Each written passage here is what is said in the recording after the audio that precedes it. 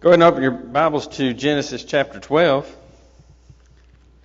Genesis chapter 12, that's where we'll be this evening. As we continue to look at the journey to faith, or journey of faith, in the life of Abraham, the father of the faithful, as we started last week. I do want to begin class by making certain that we thank all here who served our country and in the armed services, and your service honors us, and we thank you for doing that to protect us, and we want to make sure that we always honor those that have served in those ways. You know, the last class we examined Abraham's two calls to go to the land of Canaan by God. His first was when he was in the Ur of the Chaldeans, the city of Ur in the area of the Chaldeans, which was his hometown. And he left his hometown with his father Terah, and they traveled 600 miles.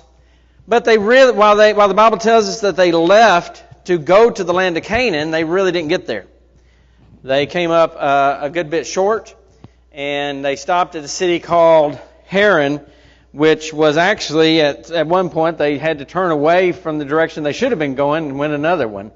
And so they went to that city of Haran, and you know, we do not know why. We talked about it last week, some of the reasons why we thought it might have happened, but we don't know why Abram did not complete the journey then.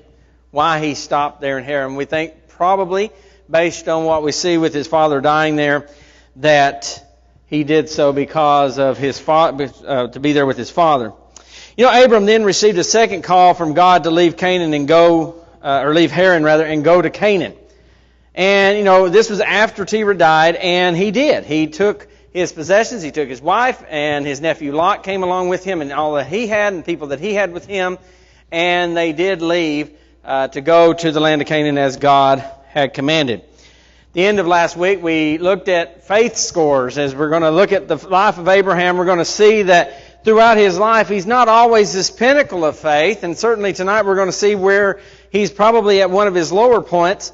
But, you know, just like with all of us, our faith is going to fluctuate at times. There's going to be days when we're better than we do on other days, sometimes in our trust and our faith in God, and even in our allowing that faith to guide us as we live our daily life.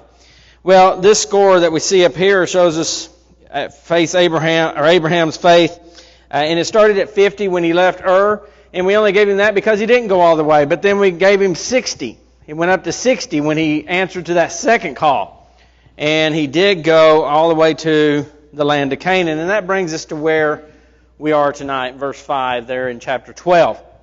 And so it says, Abram took Sarai his wife and Lot his nephew, and all their possessions which they had accumulated, and the persons which they had acquired in Haran, and they set out for the land of Canaan. Thus they came to the land of Canaan. Thus they came to the land of Canaan. You know, when considering how long Abram was in Haran, some people are going to look at this verse and say, well, it appears that he accumulated quite a bit of wealth. It appears that he accumulated quite a number of people. I guess you would have to say that they were in some way servants or slaves. We do know that Abraham had those amongst the people that were with him. And so, you know, that he accumulated these things while he was in the city of Haran. Therefore, he had to be there a long time. Well, that is one way that we can view it. That is one aspect. We could say that he was in Haran for maybe a substantial or an extended period of time, and had the time to be able to accumulate these things while he was there. There's also another explanation that we can't, not consider, and that is with the death of his father Terah, everything that was his would have then been divided, right?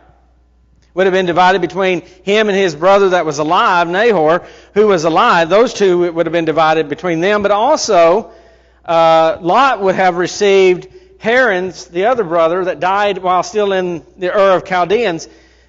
He would have received his share. And so we see that Lot's a very wealthy man as well.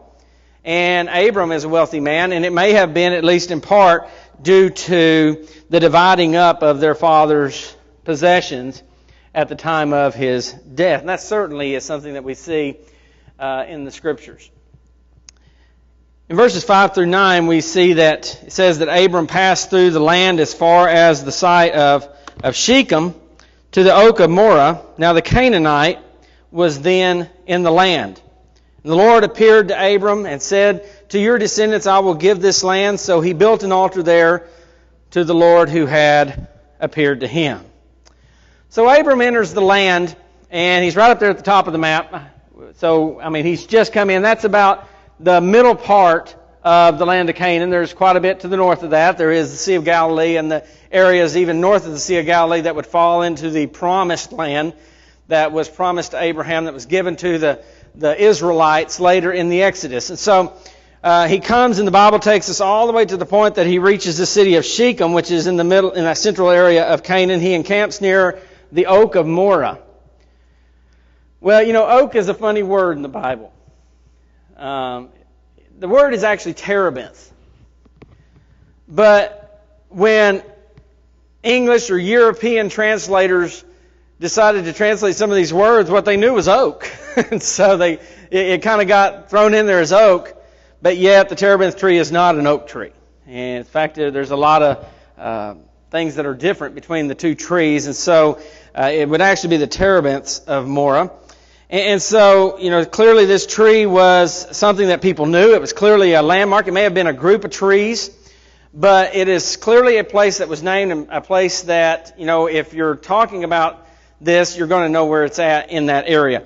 Now, we have to remember that Moses is writing this.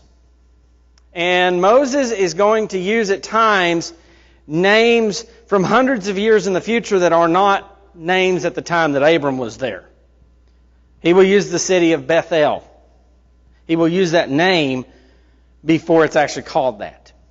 And so, but when Moses is writing, he's writing to an audience that would recognize that name and would know that location, because probably at this time that's the city of Luz and not the city of Bethel.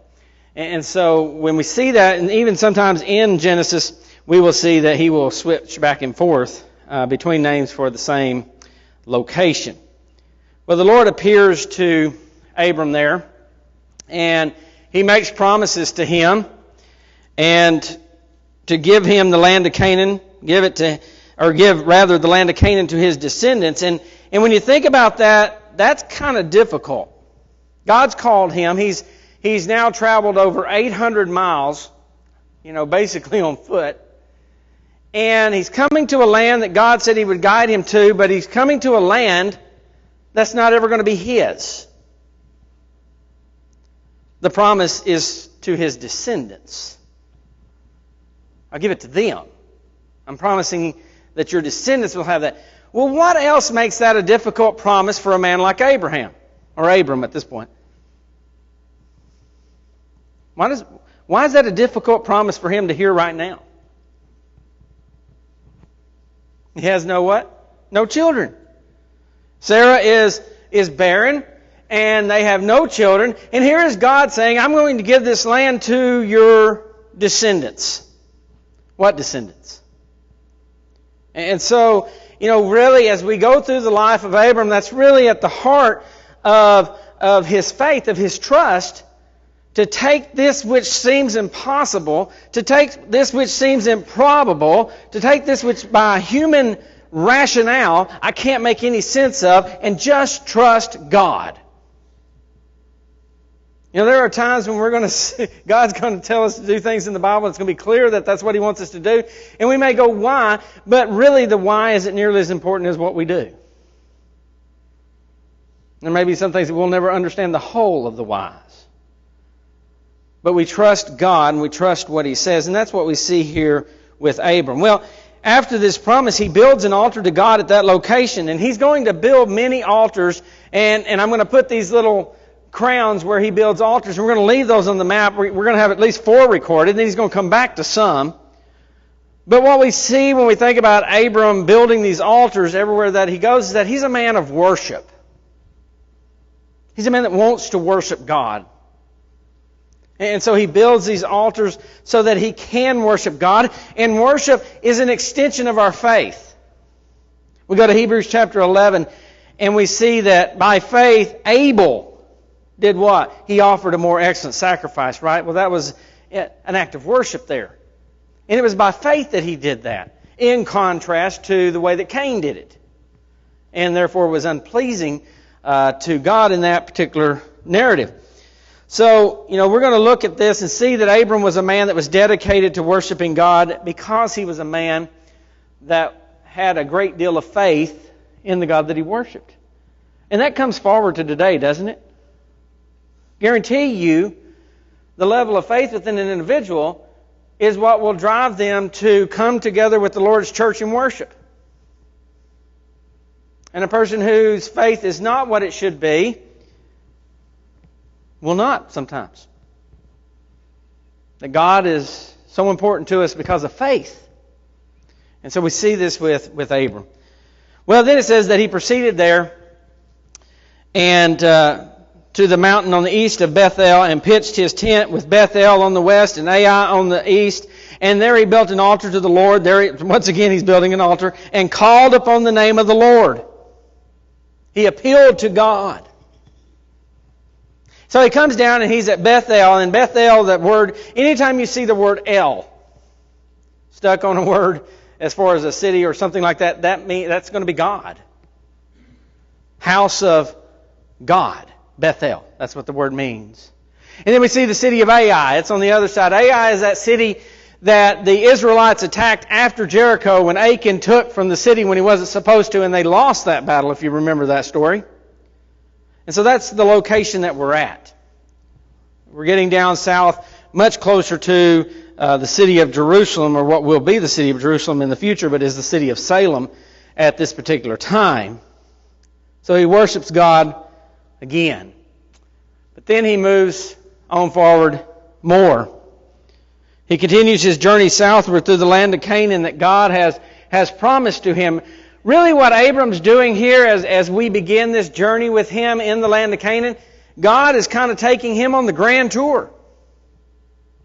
He's come all the way from the northernmost part of the land, and he's going to go all the way out the south side of it. He's going to get the grand tour from end to end of the land that God has promised to him.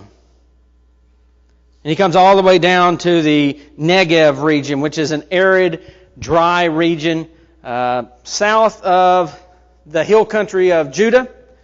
And somewhere just a little bit, it would come down to about Kadesh Barnea, down in the desert. It's north of the Sinai Desert, but it is this area in the southern part of what will be the future nation of Israel. Verse 10, it says, "Now there was a famine in the land, so Abram went down to Egypt to sojourn there, for the famine was severe in the land." There's some symmetry here, isn't there, in the Bible in regard to this? So there's a great famine, and he leaves the land of Canaan, and he travels to the land of Egypt because the Nile River really prevented most famines from affecting Egypt to a great degree. Who else is going to travel to Egypt from Canaan as a result of a great famine? Jacob. Right? Abram's grandson. We'll do the same thing later with the sons that he has, as Joseph has prepared the nation of Egypt, and he has prepared the way for his family to be saved, as we know Joseph's story in the nation of Egypt. But even in that famine, though, Egypt was affected, wasn't it? We were in that 7 years of plenty first, right? The fat cows, and then the skinny cows came, right? 7 years of famine. And even Egypt is without anything, except for what Joseph prepared for them in that 7 years of plenty. When you go forward, and this is where Jeannie says, I chase rabbits. But when you go forward and you look at what Joseph did, really the wealth of the nation of Egypt comes from that moment. One of the first nations to own the land that it possessed because they sold their land to the government for food. Joseph did that. And there was so much gold that poured into the nation of Egypt as a result of that famine that gold, everything, that's why you see everything made of gold in Egypt. Because they had a great deal of it, and a lot of people believe that it began right there with people coming from all over the world because of the famine that was throughout. But we also see in the symmetry of it all, as we see that there was a famine and it led Abram to Egypt and it led Jacob to Egypt. It's not a famine, but we go to the New Testament and there is a life-threatening situation, right? That drives who to Egypt? Jesus. As Herod is seeking to kill him, Mary and Joseph, by the guidance of God, take him at when he was 1 year old. They take him into the land of Egypt for a time. And in fact, the Scriptures tell us that movement by Jesus coincided with the Old Testament prophecy that out of Egypt I called my son. And that is a dual fulfillment meaning prophecy. In other words, it had a fulfillment for that day and time in which it was spoken, really talking about the Israelites, but God says it also meant about Jesus as well. We see the same thing in Isaiah chapter 7 when we think about the idea that he would be born of a virgin. So Abram has traveled now 1,200 miles. In the last part of it, he's traveled in a famine. So an interesting journey for him up to this point. Well, it is here in Egypt that we see Abram's faith tested by his fears. And this will be a repeat there will be a repeat of this apparent weakness in Abram 25 years later. That he's going to take countenance of his fears. He's going to allow his fears to overcome his faith. And he's going to do it here, and he's going to do it 25 years later. And we're going to also see that it could have possibly been a pattern that we don't have all the records for based on what he says to Sarah later. But I want us to look at both instances tonight of Abram's fear concerning rulers and his wife Sarah. It says, it came about when he came near to Egypt that he said to Sarah his wife, "See, now I know that you are a beautiful woman." Now, that's a good thing for any husband to say, right, to his wife. If only he'd just stopped there, he'd have been okay. He says, "And when the Egyptians see you, they will say, 'This is his wife.'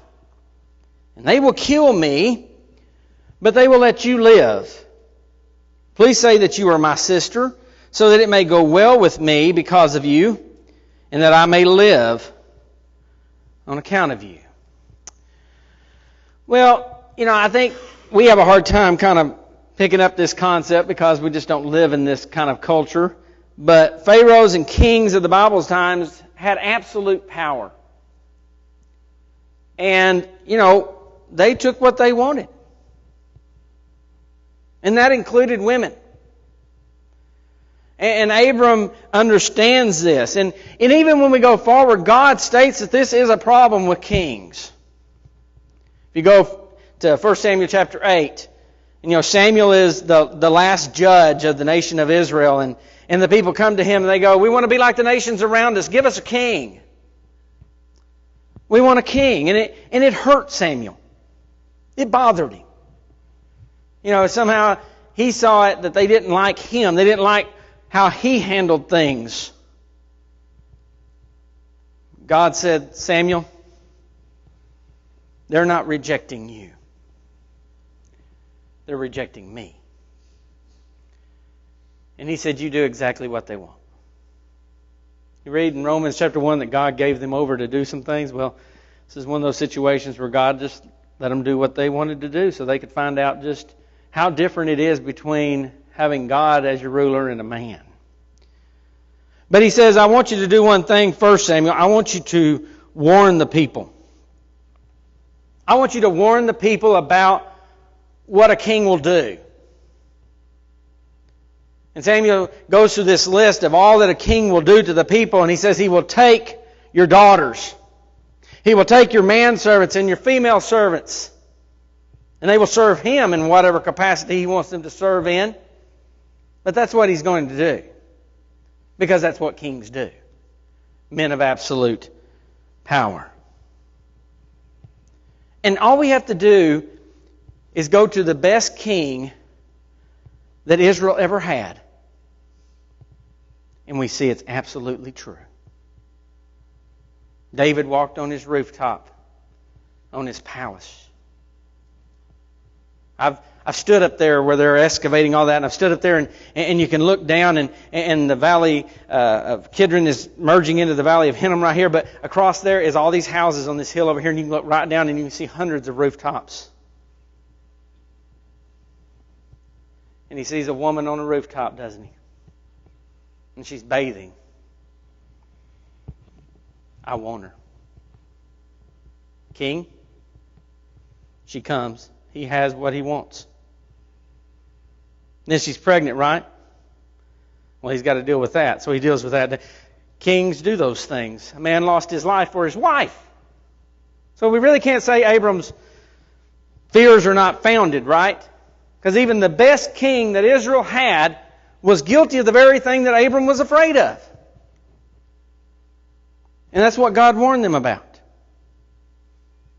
But yet it is still a time in which he is taking countenance of a fear rather than trusting in God, as he does so many other times.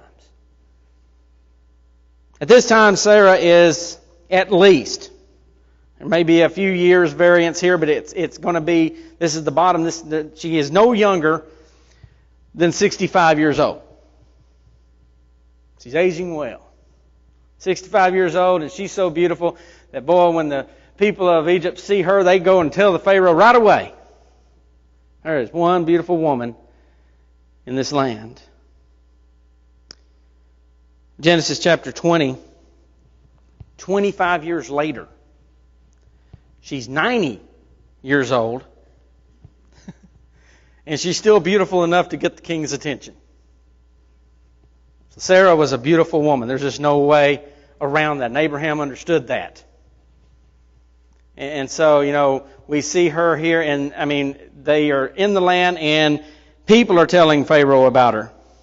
So Abram makes a request of Sarah to say that she is his sister, so they would not kill him for her.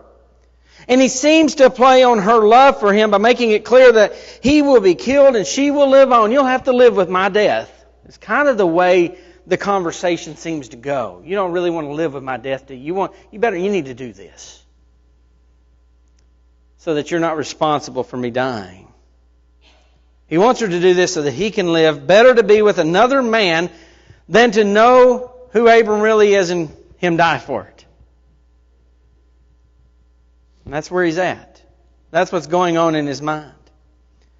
Well, let's jump forward to Genesis chapter 20, if you flip over there, and see the similar situation going on with King Abimelech.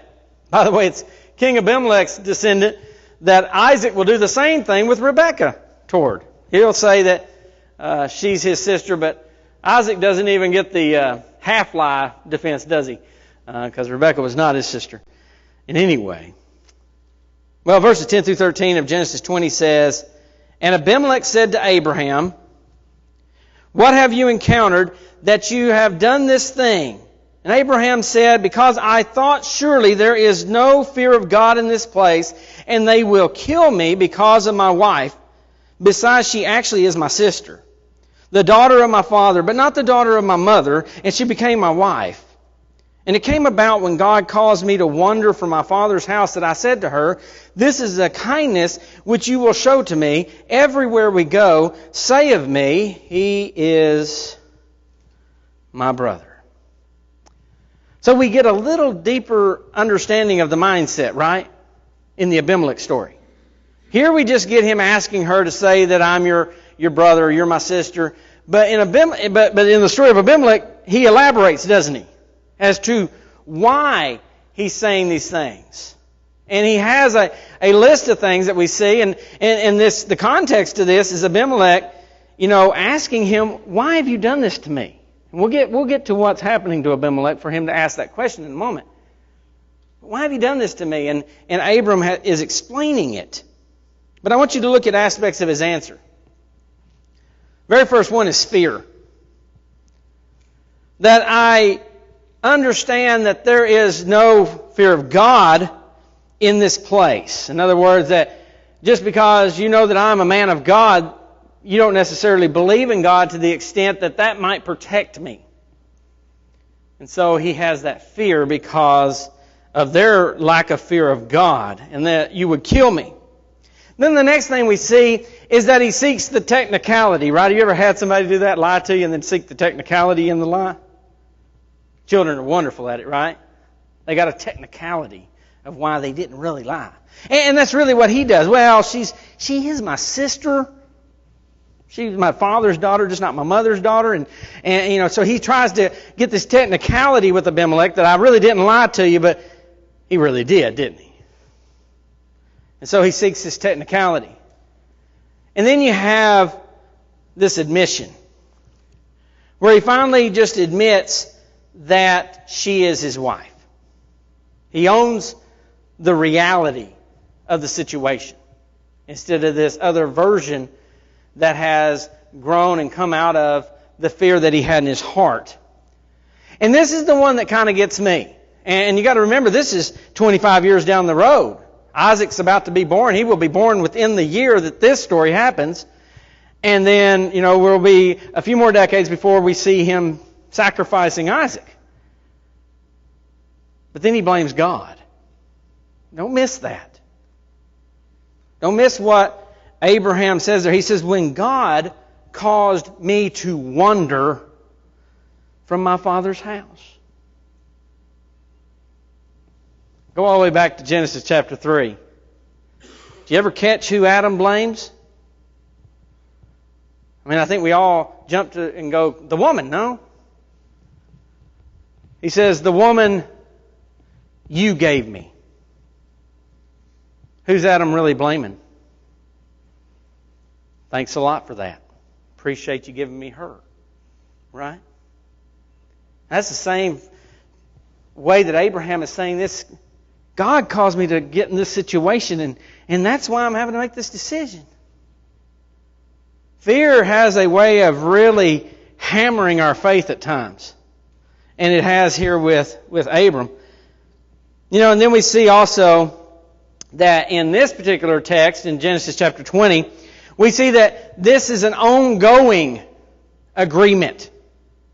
He's not asking her every time they come into a new land to tell people that she is his sister. They have an agreement that wherever they go, that's what she says. This has been set. This has been the standard operating procedure for their traveling and how they deal with people asking about Sarah. And so, we see that this has been an ongoing problem within Abraham's faith for quite some time. When we go back to chapter 12, it says, it came about that when Abram came into Egypt, the Egyptians saw the woman was beautiful, as we've talked about a moment ago. Pharaoh's officials saw her and praised her to Pharaoh, and the woman was taken into Pharaoh's house. So in chapter 12, we see that the fears are realized, right? They want Sarah. And they tell she's the sister, so there's nothing wrong with Pharaoh taking her into his house. And so he does that, and she is being taken into that word house there could be harem. She's being taken into where the wives of Pharaoh stay. There does not seem to be any threat to Abram by Pharaoh or the people regarding Sarah. The time with Abimelech in chapter 20, there is no threat. There is no reason to really fear based on the actions of Abimelech either. Then it says in verse 16, therefore he treated Abram well. Listen, this is Pharaoh.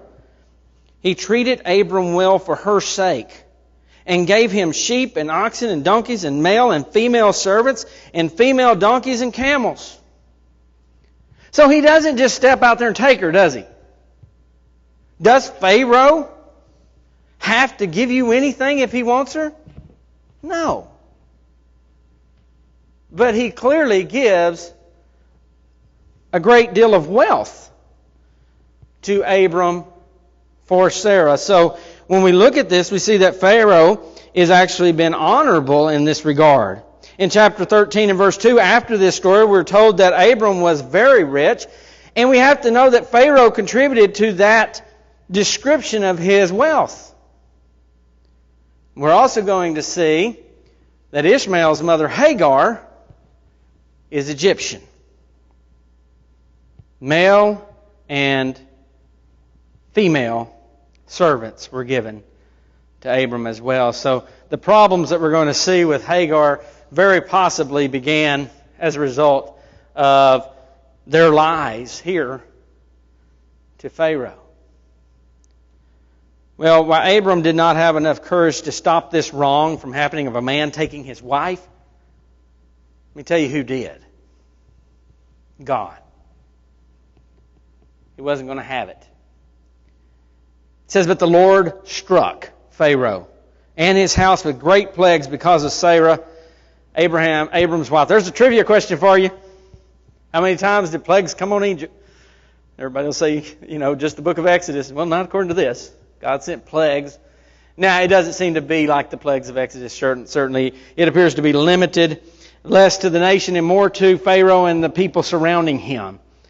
These plagues. And we wonder, maybe God's reaction in Genesis 20 to Abimelech's taking of Sarah provides a possible understanding to these plagues that are being brought upon Pharaoh, because it really doesn't tell us what they are there. But we get a little more detail in chapter 20 as we look at God's interaction with Abimelech. Look at chapter 20 and verse 3. This is after Abimelech takes her. How would you like to get this dream from God? You ready for this? But God came to Abimelech in a dream in the night and said to him, behold, you're a dead man. How would you like that? That's pretty straightforward, isn't it? Behold, you are a dead man because of the woman whom you have taken, for she is married. That's quite the news to get in the night, that you're a dead man. Some people question why God punished Pharaoh and Abimelech, even though they did not realize that Sarah was Abraham's wife. And that's a good question. I mean, let's not ignore people's questions just because they might make us uncomfortable. That is a very good question as to why God would do that. And I believe the account with Abimelech provides us with information to answer that question to some degree. It says in verse 4, now Abimelech had not come near her, and he said, Lord, will you slay a nation even though blameless? Did he not himself say to me, she is my sister? And she herself said, he is my brother. In the integrity of my heart and the innocence of my hands, I have done this. Do you understand here that Abimelech is asking the same exact question that Abraham asked God? Remember when the Lord tells him what He's going to do to Sodom? He says, are you going to destroy the righteous with the unrighteous? Remember that? And he begins the bargaining, right, that brings us down to 10 people. But that's the same question, isn't it, that Abimelech asked here? Are you going to slay us because we didn't do anything wrong? And so we see this man has some of the same mentality in this sense as we see Abraham having earlier in his life as he bargained for the city or the lives of the people in the city of Sodom. But he tells God what Abraham said and what Sarah said. And what he did was not done in a wrong manner. Now listen to God. Then God said to him in the dream, this is verse 6, yes, I know that in the integrity of your heart you have done this. So God even acknowledges his integrity, right? And I also kept you from sinning against me. Therefore, I did not let you touch her. You ever thought about that? I kept you from sinning. Whatever, when we think about these plagues, we're going to get some more insight in just a second on those. But what God did was an action that prevented those men from going to a point where the initial statement in the dream would be absolutely the truth, right? You're a dead man. It's about God's grace. It's about God's mercy. It's about God's willingness to give these men a chance to do the right thing. And He prevented them from doing the thing that He was not going to ever allow them to do to begin with. And we begin to understand the importance of Sarah in all this. I mean, these things are about Sarah. And what God's doing is about Sarah. And not allowing these men to have sexual relationships with her as the mother of the promised child. There was never going to be a question as to who's... I mean, like I said, when this happens with Abimelech, you're a year from Isaac being born. There's not going to be a question as to whether Abraham's the father. Not going to be a question to the covenant for years to come. So God agrees with Abimelech in what he's doing. And God's punishments have been to protect him and prevented him from sinning by not allowing him to have that sexual relationship with her. And it says, Abraham, later as he told Abimelech what he needed to do, he said, you got to go to Abraham, you got to get him to pray for you. He's a prophet. And we'll talk about that more in a moment. But so it says that Abraham prayed to God and God healed Abimelech. Okay, so whatever's going on is something... One part of it is something wrong with Abimelech, right? But that's not all. It says, for the Lord had closed fast all the wombs of the household of Abimelech because of Sarah, Abraham's wife. So God had caused some type of sexual inability that not only Abimelech suffered from, but everyone in the household suffered from. God had brought it all to an end. It wasn't going to happen. And that's how God kept him from sinning. Kept him from doing what would have been a death sentence for him in regard to God stopping him from doing it in some other way. You know, that you're a dead man was if you had continued on your path, that would have been the case. Sarah is a part of God's plan. The covenant was with her as well as Abraham. Don't ever forget that. God makes a covenant with her as far as her unborn child as well. You know, God's will is done. And there is not one thing men can ever do to change the will of God. Now somebody will say, well, Nathan, God wants everybody to repent. Yeah, that's not what I'm talking about. There are things that He gives us choices, but there's things that God says I'm going to do. And there ain't a thing you or I or anybody else or all the people combined in the world will ever be able to do to stop it. And this is one of those things.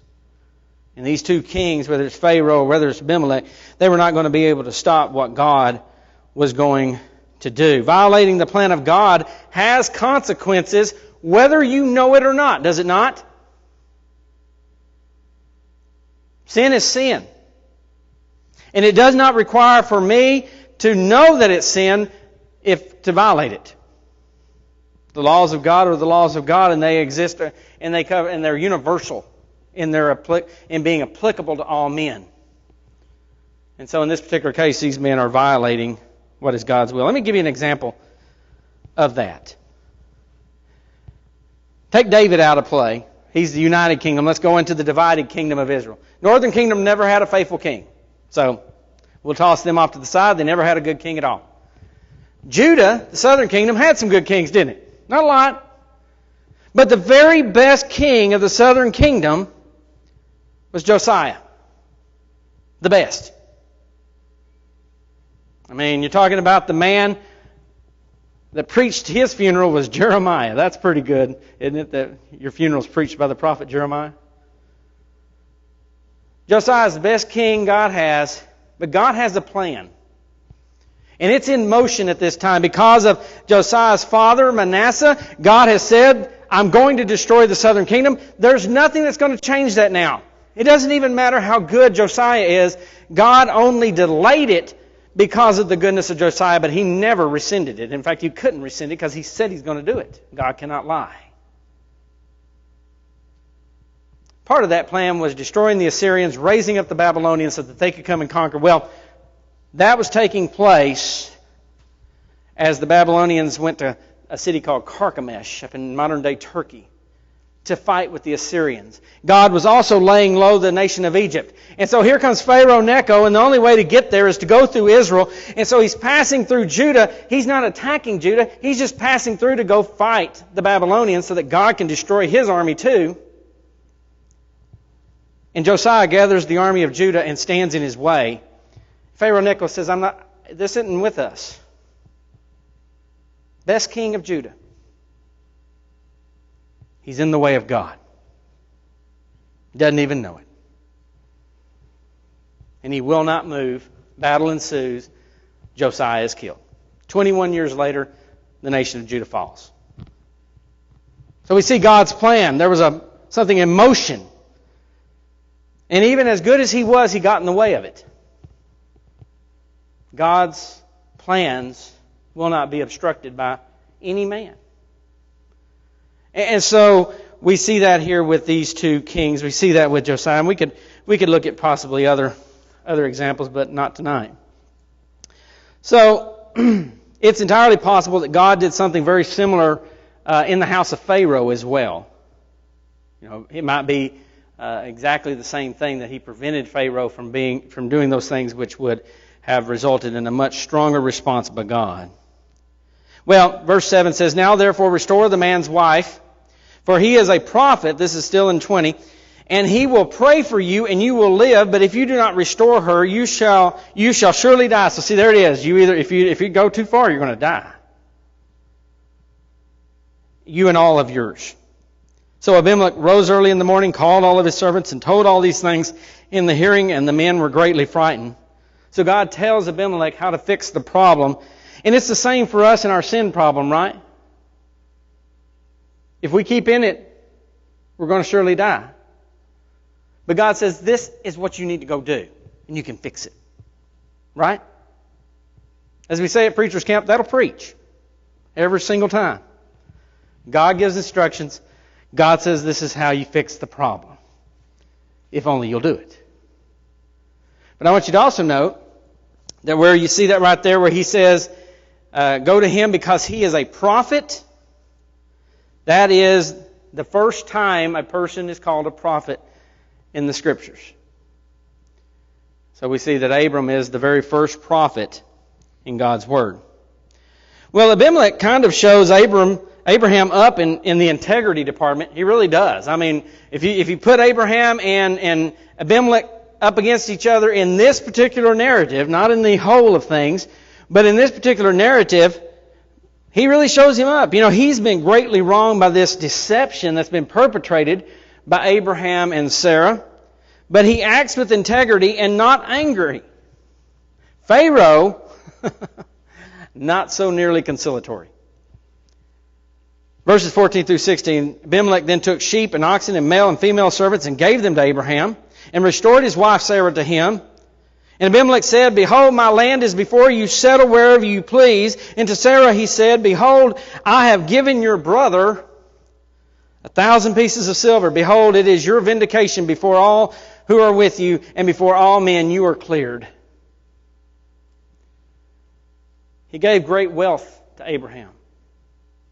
1,000 pieces of silver along with all the livestock and servants that he gave.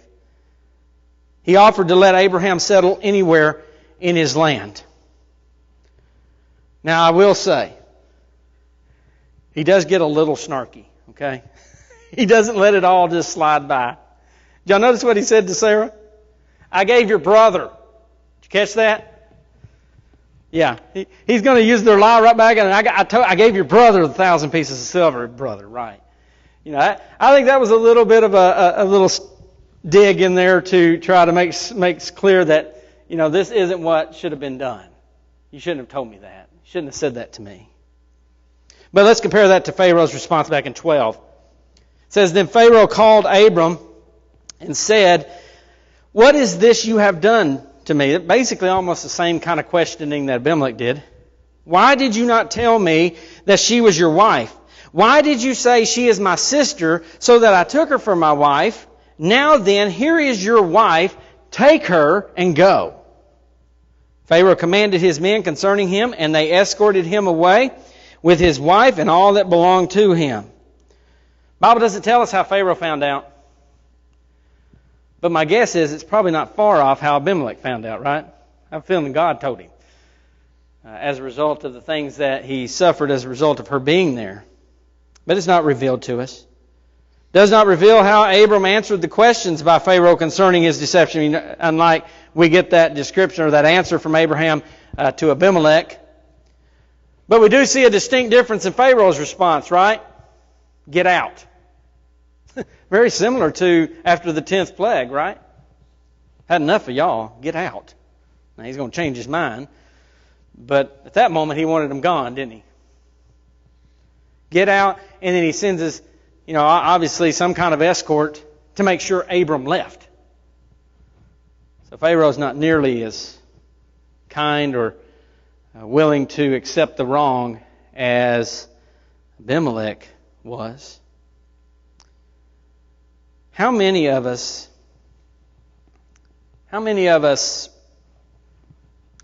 have struggles with our faith because of fear? I'll raise my hand on that one. There are times when I need to do things or say things, and fear has a way of attacking your faith, doesn't it? What about evangelism? Anybody struggle with that one in fear? It's a matter of faith. To do what God has said to do.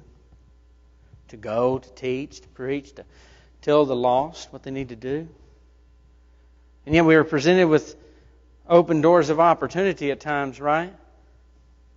And what keeps us from saying something? Fear? Anybody know that one? Fear of how they might respond, fear of whether I know enough, fear of whether they're going to ask me a question I can't answer, fear of whether they want to be my friend anymore, fear of whether they're going to be ugly, or whether they're going to tell people things about me or say things about me. I mean, the list is long. But it's really no different than Abraham here. And we can have strong faith and fear will still just gnaw at us sometimes. What about standing for right when everyone else is against it? When the position of God is seen in the wisdom of men as foolishness, but it is still the wisdom of God. And you have to take the role of the idiot in the eyes of society to be the child in the eyes of God. Do we sometimes fear those situations? None of us like to be called dumb or stupid or can't believe you believe something like that. Y'all are really backwards. You're bigoted. We get that one today, don't we? Because we say that God says certain things are wrong, certain behaviors are wrong. And so, out of fear, a lot of people just stop making the stand. I'd just rather not make the stand so I don't have to face societal consequence. Sometimes we're like the one-talent servant, aren't we? Why did he bury his talent? Because I knew you were a demanding master. And I was afraid. Wasn't that it? And so here's your talent. Master says you're wicked and lazy. Because you let fear trump your faith.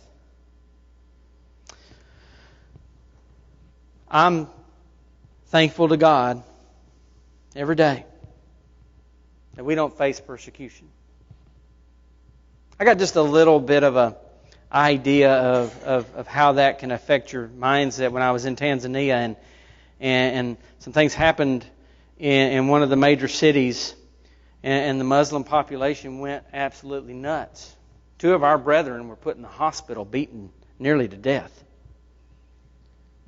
And it really had nothing to do with the church. They were just representative of Christ-believing world, non-Muslim world. And we were out in the middle of nowhere. And, there was just in your mind, you're like, they could come here. And there's not a thing we could do to stop them.